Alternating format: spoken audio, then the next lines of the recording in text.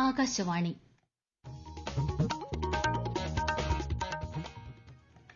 നമസ്കാരം. പ്രാദേശിക വാർത്തകൾ വായിക്കുന്നത് ജോസ്ന ജോസ്.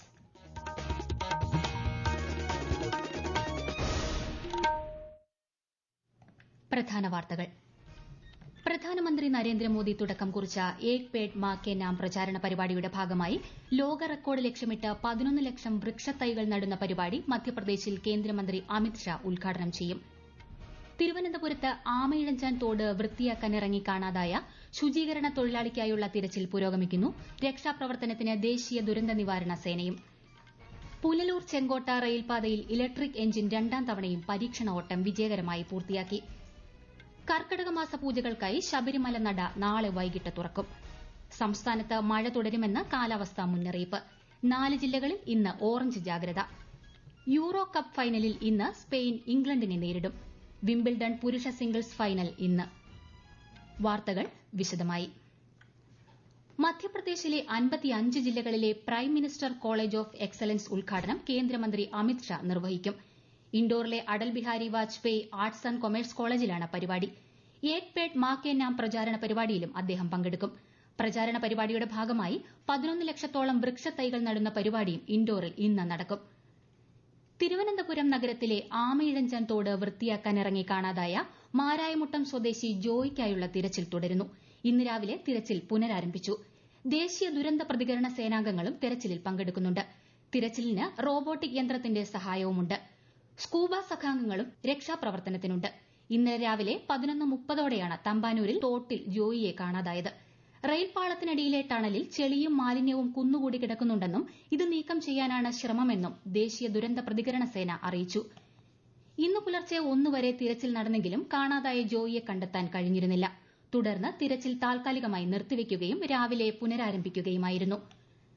ആമയിഴഞ്ചാൻ തോട്ടിലെ രക്ഷാപ്രവർത്തനത്തിനിടെ എന്തെങ്കിലും ബുദ്ധിമുട്ട് നേരിട്ടാൽ വിദഗ്ധ ചികിത്സ ഉറപ്പാക്കാൻ തിരുവനന്തപുരം മെഡിക്കൽ കോളേജിലെ എമർജൻസി മെഡിസിൻ വിഭാഗത്തിൽ പ്രത്യേക ക്രമീകരണം ഏർപ്പെടുത്തി. ആരോഗ്യവകുപ്പ് മന്ത്രി വീണ ജോർജിന്റെ നിർദ്ദേശത്തെ തുടർന്നാണ് നടപടി. ഐസിയു സംവിധാനം ഉൾപ്പെടെയുള്ളവ പ്രത്യേകമായി ക്രമീകരിച്ച് എമർജൻസി റെഡ് സോൺ സജ്ജമാക്കി. അടിയന്തര വൈദ്യസഹായം എത്തിക്കുന്നതിന് ഡോക്ടർ അടങ്ങിയ പ്രത്യേക മെഡിക്കൽ സംഘത്തെ മന്ത്രിയുടെ നിർദ്ദേശാനുസരണം നിയോഗിച്ചിട്ടുണ്ട്. ഓക്സിജൻ, ജീവൻ രക്ഷാ ഉപകരണങ്ങൾ ഉൾപ്പെടെ സംവിധാനങ്ങളുള്ള ആംബുലൻസുകൾ സജ്ജമാക്കി. വെള്ളത്തിലിറങ്ങുന്നവർക്ക് പ്രതിരോധ മരുന്നുകളും ഉറപ്പാക്കി.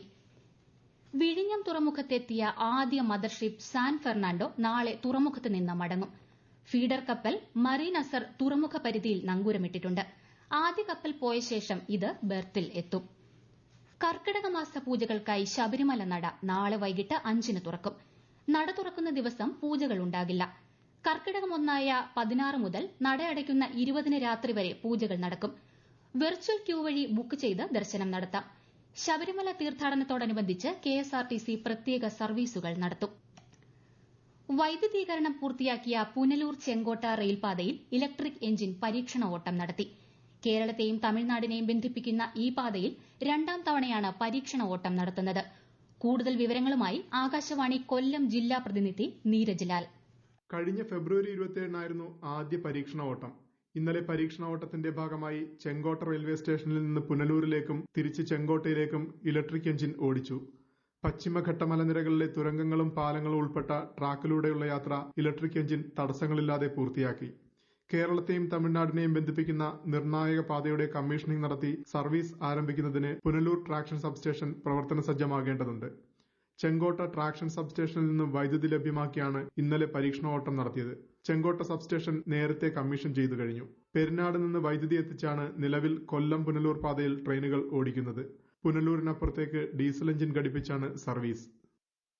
അടിസ്ഥാന പരിശീലനം പൂർത്തിയാക്കിയ സിവിൽ എക്സൈസ് ഓഫീസർമാരുടെ പാസിംഗ് ഔട്ട് പരേഡ് ഈ മാസം 18-ന് രാവിലെ തിരുവനന്തപുരം പോലീസ് ട്രെയിനിംഗ് കോളേജ് മൈതാനത്ത് നടക്കും. മന്ത്രി എം.ബി. രാജേഷ് അഭിവാദ്യം സ്വീകരിക്കും. ജല അതോറിറ്റിയുടെ നെയ്യാർ ഡാം കാളിപ്പാറ ജലശുദ്ധീകരണശാലയിൽ ശുചീകരണം നടക്കുന്നതിനാൽ ഈ മാസം 18, 19, 20 തീയതികളിൽ കാട്ടാക്കട, നെയ്യാറ്റിൻകര, ആറാലുമൂട്, പാറശാല സെക്ഷനുകളിൽ ജലവിതരണം മുടങ്ങുമെന്ന് അസിസ്റ്റന്റ് എഞ്ചിനീയർ അറിയിച്ചു. ഈ വാർത്തകൾ ആകാശവാണിയിൽ നിന്ന്.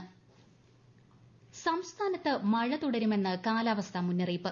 മലപ്പുറം, കോഴിക്കോട്, കണ്ണൂർ, കാസർഗോഡ് ജില്ലകളിൽ ഇന്ന് ഓറഞ്ച് ജാഗ്രതയാണ്. പത്തനംതിട്ട, ആലപ്പുഴ, കോട്ടയം, എറണാകുളം, ഇടുക്കി, തൃശൂർ, വയനാട് ജില്ലകളിൽ മഞ്ഞ ജാഗ്രതയും പ്രഖ്യാപിച്ചിട്ടുണ്ട്. കണ്ണൂരിൽ കനത്ത മഴ തുടരുന്നു.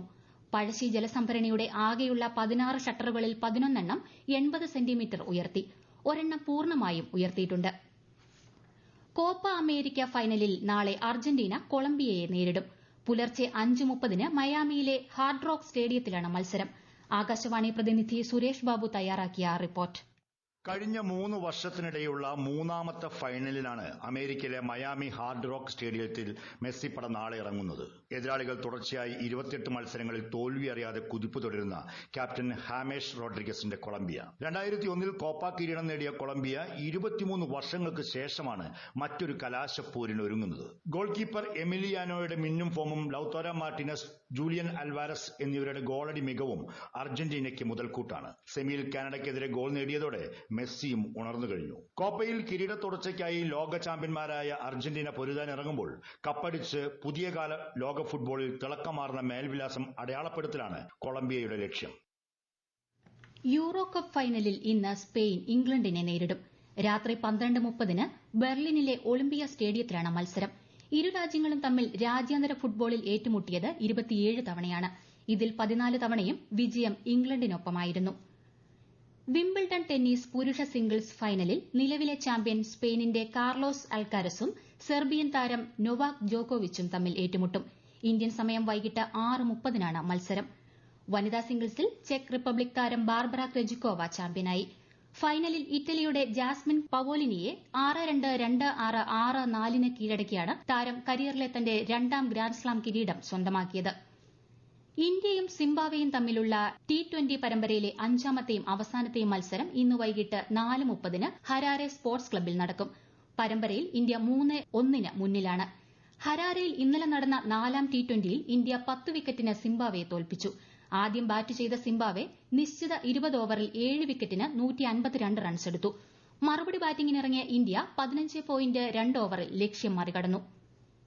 PSC കോഴ വിവാദത്തിൽ സമഗ്ര അന്വേഷണം നടത്തണമെന്നാവശ്യപ്പെട്ട് BJP സംസ്ഥാന അധ്യക്ഷൻ കെ സുരേന്ദ്രൻ DGPക്ക് പരാതി നൽകി. രജിസ്ട്രേഷൻ വകുപ്പിൽ ആധാര രജിസ്ട്രേഷൻ ഉൾപ്പെടെയുള്ള സേവനങ്ങൾക്കായി ഉപയോഗിക്കുന്ന വെബ് പോർട്ടലിൽ മറ്റന്നാൾ വരെ അറ്റകുറ്റപ്പണികൾ നടക്കുന്നതിനാൽ പൊതുജനങ്ങൾക്ക് ലഭിക്കുന്ന സേവനങ്ങൾ തടസ്സപ്പെടും. പൊതുജനങ്ങൾ സഹകരിക്കണമെന്ന് രജിസ്ട്രേഷൻ ഇൻസ്പെക്ടർ ജനറൽ അഭ്യർത്ഥിച്ചു. വയനാട് നടവയൽ പൂതാടി പഞ്ചായത്തിൽ കാട്ടാന വീടിന്റെ ജനൽ തകർത്തു. ഇന്നലെ രാത്രി 11 മണിയോടുകൂടിയാണ് സംഭവം. കൃഷിയും വീട്ടുമുറ്റത്തെ പൂച്ചെടികളും നശിപ്പിച്ചിട്ടുണ്ട്. ഏതാനും ദിവസം മുൻപ് മോട്ടറും പൈപ്പുകളും നശിപ്പിച്ചതിന് സമീപമാണ് സംഭവം. ആന ഇറങ്ങാതിരിക്കാൻ വനാതിർത്തികളിൽ വനം വകുപ്പ് കാവലേർപ്പെടുത്തിയിട്ടുണ്ട്. ധന്യൻ മാർ ഇവാനിയോസിന്റെ 71ാമത് ഓർമ്മ പെരുന്നാളിനോടനുബന്ധിച്ച് നാനാഭാഗങ്ങളിൽ നിന്നുള്ള 100 കണക്കിന് തീർത്ഥാടകർ തിരുവനന്തപുരം പട്ടം സെന്റ് മേരീസ് കത്തീഡ്രലിൽ എത്തിച്ചേർന്നു. വൈകിട്ട് റാന്നി പെരുന്നാട്ടിൽ നിന്നും മറ്റു സ്ഥലങ്ങളിൽ നിന്നുമുള്ള തീർത്ഥാടന പദയാത്രകൾ ദേവാലയത്തിൽ എത്തിച്ചേരും. തുടർന്ന് മേജർ ആർച്ച് ബിഷപ്പ് കർദിനാൾ മാർ ബെസേലിയോസ് ക്ലിമ്മീസ് കാത്തോലിക്ക ബാവയുടെ മുഖ്യ കാർമ്മികത്വത്തിൽ സന്ധ്യാപ്രാർത്ഥന നടത്തും. വൈകിട്ട് നടക്കുന്ന മെഴുകുതിരി പ്രദക്ഷിണത്തിൽ സീറോ മലബാർ സഭയുടെ major archbishop Mar Raphael തട്ടിലും മറ്റു മെത്രാപ്പൊലിത്തമാരും വൈദികരും സന്യസ്തരും വിശ്വാസിഗണവും അണിനിരക്കും. ലോക സർപ്പദിന പരിപാടികൾ മന്ത്രി AK ശശീന്ദ്രൻ ഉദ്ഘാടനം ചെയ്യും. മറ്റന്നാൾ ഉച്ചയ്ക്ക് ശേഷം 3 മണിക്ക് തിരുവനന്തപുരം PTP നഗറിലെ ഫോറസ്റ്റ് കോംപ്ലക്സിലാണ് പരിപാടി. സർപ്പ ബാഗുകളുടെ വിതരണവും സർപ്പ ഡിജിറ്റൽ ബ്രോഷർ പ്രകാശനവും ചടങ്ങിൽ നടത്തും. വനം മേധാവി, പ്രിൻസിപ്പൽ, ചീഫ് ഫോറസ്റ്റ് കൺസർവേറ്റർ തുടങ്ങിയവർ പങ്കെടുക്കും. പ്രധാന വാർത്തകൾ വീണ്ടും. പ്രധാനമന്ത്രി നരേന്ദ്രമോദി തുടക്കം കുറിച്ച ഏക് പേഡ് മാ കെ നാം പ്രചാരണ പരിപാടിയുടെ ഭാഗമായി ലോക റെക്കോർഡ് ലക്ഷ്യമിട്ട് 11 ലക്ഷം വൃക്ഷത്തൈകൾ നടുന്ന പരിപാടി മധ്യപ്രദേശിൽ കേന്ദ്രമന്ത്രി അമിത് ഷാ ഉദ്ഘാടനം ചെയ്യും. തിരുവനന്തപുരത്ത് ആമയിഴഞ്ചാൻ തോട് വൃത്തിയാക്കാനിറങ്ങി കാണാതായ ശുചീകരണ തൊഴിലാളിക്കായുള്ള തിരച്ചിൽ പുരോഗമിക്കുന്നു. രക്ഷാപ്രവർത്തനത്തിന് ദേശീയ ദുരന്ത നിവാരണ സേനയും. പുനലൂർ ചെങ്കോട്ട റെയിൽപാതയിൽ ഇലക്ട്രിക് എഞ്ചിൻ 2ാം തവണയും പരീക്ഷണ ഓട്ടം വിജയകരമായി പൂർത്തിയാക്കി. കർക്കിടക മാസ പൂജകൾക്കായി ശബരിമല നട നാളെ വൈകിട്ട് തുറക്കും. സംസ്ഥാനത്ത് മഴ തുടരുമെന്ന് കാലാവസ്ഥാ മുന്നറിയിപ്പ്. 4 ജില്ലകളിൽ ഇന്ന് ഓറഞ്ച് ജാഗ്രത.